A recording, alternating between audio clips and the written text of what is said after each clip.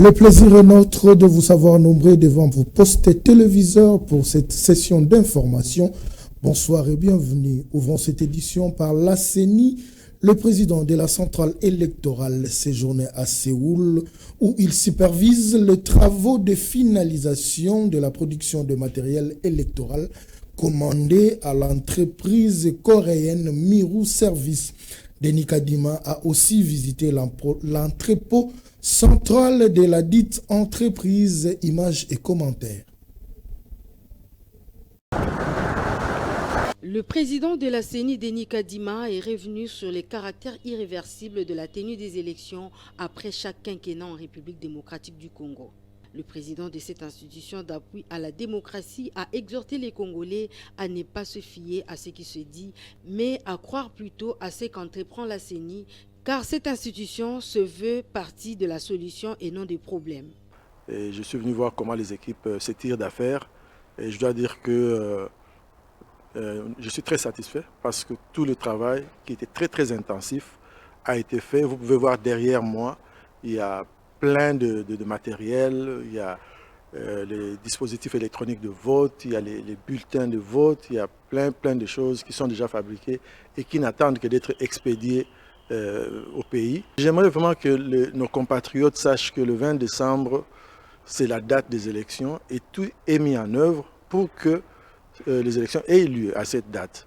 Et selon le calendrier de la CENI, j'avoue que c'est un calendrier très ambitieux. Selon le calendrier, nous évoluons bien. Nous allons tenir les élections à la date du 20 décembre. J'aimerais vraiment rassurer nos compatriotes qui ne se fient pas à ce qui se dit. Ils doivent se fier à ce que la CENI dit. Denis Kadima a en outre demandé à ceux qui ont encore des hésitations de se préparer en vue de participer à ce scrutin combiné. Que personne ne se fasse d'illusions parce que la CENI travaille matin, midi, soir pour organiser les élections à la fin de cette année 2023. Quittons la CENI pour parler du Sénat. Le projet de loi des finances exercice 2024 est sous examen au Sénat. Bien avant cet exercice, le ministre d'État au budget a présenté l'économie générale de ces projets de loi qui retracent les efforts consentis par les gouvernements en vue d'améliorer la vie des Congolais, allais-je dire. Images et commentaires.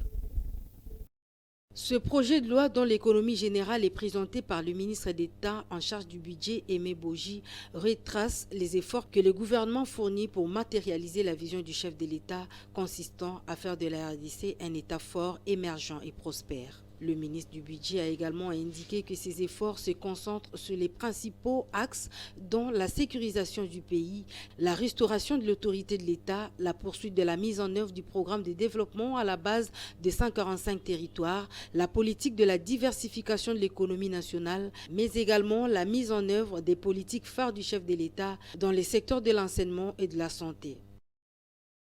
Le projet de loi de finances que j'ai l'honneur de vous présenter contient un budget présenté en équilibre en recettes et en dépenses à hauteur de 40 464 milliards de francs congolais, soit un accroissement de 25% par rapport au budget de l'exercice 2023, chiffré à 32 457 milliards de francs congolais.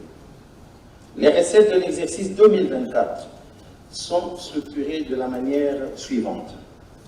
Budget général, 36 470 milliards de francs congolais, dégageant un accroissement de 20% par rapport à leur niveau de 2023. Après l'exposé du ministre du Budget, ce projet de loi a été envoyé à la Commission économique et financière et bonne gouvernance du Sénat pour un examen approfondi. Un délai de 5 jours a été accordé à cette commission pour présenter les rapports irrélatifs devant les sénateurs au cours d'une autre plénière. Poursuivons cette édition avec cette brève. La famille de Chéribin Okende a employé un nouvel avocat belge qui va rejoindre l'équipe de la défense constituée à Kinshasa. Déjà pour base de nouveaux éléments dont il dispose, le nouvel avocat de la famille Okende a porté plainte en Belgique contre Christian Dayuel au cours de la conférence de presse organisée. Il a brandi un document attestant la nationalité belge de Monsieur Christian.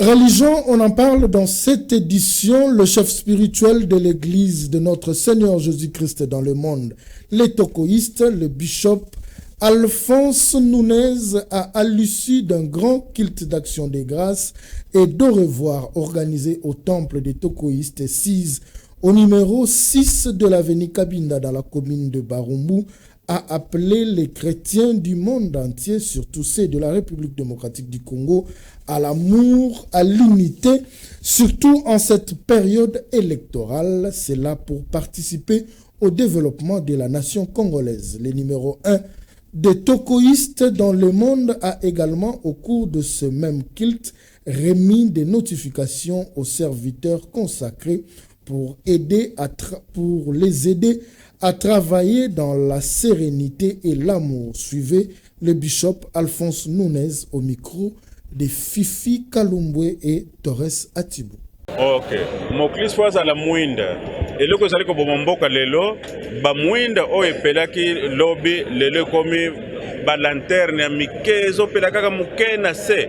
Sikoyo molili ezali kokanga mokili mobimba. Pona nini ba mindimi o bazwa baptême o babatisama na kombo ya Yesu Kristo. Ifale bazala minda ya solo. Esika nyonso bakoleka batu bakamwa. Mwinda wana ezali lisusu te. Ba mindimi bakomi ko sangana bakomi ndenge moko na batu bandimaka te. Yango tolobi lelo yo tekaka na zandu uneoteka linzanza wana mobimba otie susu biloko na kati ozali koteka ndambo linzanza ya madesu, ndambo linzanza fufu, ndambo linzanza ya masango. Yango totiki lelo awa tika bamindimi bazonga mwinda ya solo ndenge Yesu Masiya mokonzi ya lingomba atikaka. Ya lobi bino bozala mwinda na mokili oyo ayebaka malamu ke mokili kozala na molili makasi. Mais soki bino bozali mwinda na kati ya molili oyo molili ekosila ekokima. Soki tozali na bitumba na mokili batu bazosala bitumba za banani bazaba na nzambe bazaba chrétien bazwa baptême mais batiki mwinda wana batena tse ya mesa ba mesa bazali kosala makambo oyo bato mokili basalaka na politike na koteka na zando na beglise na kotambola na mituka na balabala. Soki biso nyonso ya solo to komi mwinda ya solo ndenge Yesu Masiya lobaki mokili kokoma pe kimokonze likolo ekozala bala moko na se awa toko vivre malamu ozana mingi ko partager na mutu azana ngote ozana 50 millions de dollars obombi pona ni batu bazokufa nzala. Parlons société dans cette édition, la route bypass dans son tronçon compris entre l'entrée Rigini et Rond-Point-Ngaba dans un état de délabrement très avancé suite aux pluies qui s'abattent sur la ville de Kinshasa ainsi que l'incivisme routier de Vander qui prend l'ampleur le long de ces tronçons. Tous ceux-là sont à la base des difficultés de transport qu'endure les populations de ces coins. Constat fait par Joseph Majondo et Enoch Mafuka. Après la pluie à Kinshasa, plusieurs routes de la ville deviennent complètement impraticables. C'est le cas du tronçon bypass, compris entre l'entrée Rigini et le rond-point Ngaba. Cette route qui part du petit triangle qui mène vers l'université de Kinshasa, l'asphalte est détruit par de nombreux nids de poules. Comme vous pouvez le constater, la boue se forme et rend la circulation des véhicules et des piétons impraticable. Cette situation s'est aggravée actuellement par l'envahissement dans les abords de la chaussée, les vendeurs qui jettent toutes sortes d'ordures, ce qui fait que la route soit totalement disparue. Face à cette situation, quelques riverains lancent leur cri de détresse. Position toujours vivre en rond-point na ebiti, mais au biso toujours mona en rond-point zelo moko. Nakanta ko ba c'est pour la première fois na mona loka boy na rond-point. Puisque ka ko tambola kaka pamba, mutu azoko ko tambola te. Mituka n'en parlons pas. Donc, bisogno susiko to comme une difficulté tala ba terrasser. Et tondi mai on dirait mboko ngo ba konzi bazate.